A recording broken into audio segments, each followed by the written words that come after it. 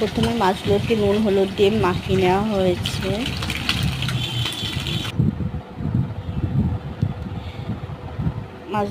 এরপরে মাছগুলোকে ভালো করে গরম তেলে ভাজা হয়েছে।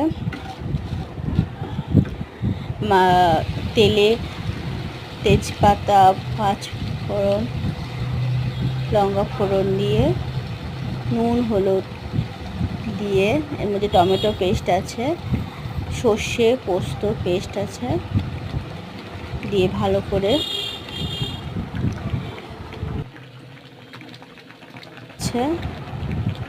হওয়ার পরে মাছগুলোতে দিয়ে ফুটতে দেওয়া হয়েছে।